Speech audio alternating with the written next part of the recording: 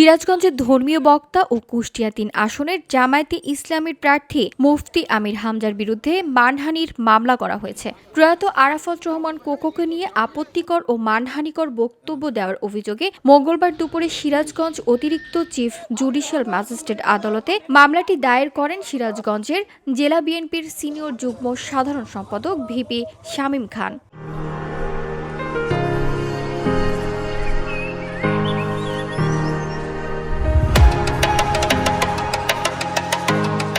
মামলার এজাহারে কুষ্টিয়া জেলার পাটিকাপাড়ি ইউনিয়নের ডাবারা ভিটার বাসিন্দা মুফতি আমির হামজাকে একমাত্র আসামি করা হয়েছে।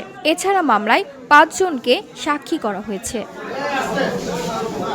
এজাহার সূত্রে জানা যায়, গত ১৬ জানুয়ারি কুষ্টিয়া জেলায় আয়োজিত একটি ইসলামী ওয়াজ মাহফিলে বক্তৃতাকালে মুফতি আমির হামজা শহীদ রাষ্ট্রপতি জিয়াউর রহমান ও ৩ বারের সাবেক প্রধানমন্ত্রী মরহুমা খালেদা জিয়ার ছোট ছেলে এবং বিএনপির চেয়ারম্যান তারেক রহমানের ছোট ভাই প্রয়াত আরাফাত রহমান কোকোকে নিয়ে আপত্তিকর মন্তব্য করেন। বক্তৃতায় তিনি আরাফাত রহমান কোকোকে ইতর প্রাণী কুকুরের সঙ্গে তুলনা করেন বলে অভিযোগে উল্লেখ করা হয়।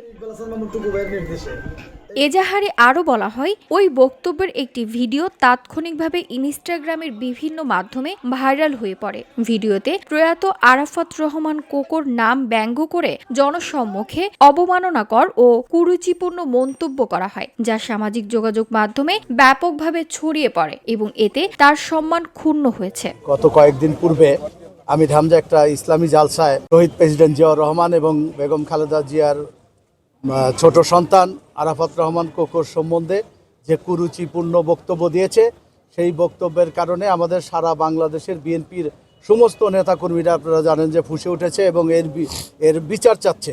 তা আমি সেই কারণে আমাদের জেলা বিএনপির সাধারণ সম্পাদক সাইদুর রহমান বাচ্চুর নির্দেশক্রমে এবং আমাদের জেলা বিএনপির সিদ্ধান্তক্রমে আমরা আজকে এই আমির হামজার নামে একটা মানহানিকর মামলা করেছি এবং আমরা এই মামলায় তার একটা দৃষ্টান্তমূলক বিচার চাচ্ছি।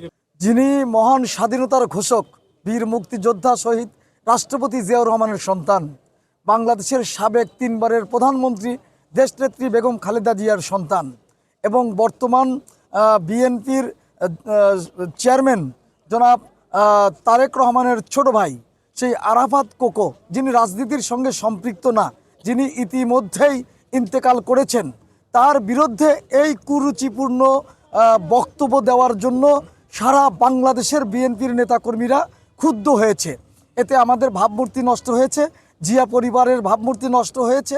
বিষয়টি নিশ্চিত করেছেন বাদীপক্ষের চিফ জুডিশিয়াল ম্যাজিস্ট্রেট কোর্টের অতিরিক্ত পিপি হুমায়ুন কবির কর্নেল। এ বিষয়ে আদালত মামলাটি গ্রহণ করে পরবর্তী আইনগত কার্যক্রমের জন্য আদেশ দেন।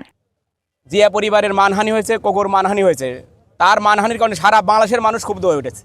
আমরা 500 ধারায় মামলা করেছি, বিজ্ঞ আদালত মামলাটি গ্রহণ করেছেন এবং পরবর্তীতে আদেশ দেবেন। আমরা তার বিজ্ঞ আদালতকে বলেছি, আমরা তার যথাযথ উপযুক্ত বিচার চাই। VOD Bangla news desk.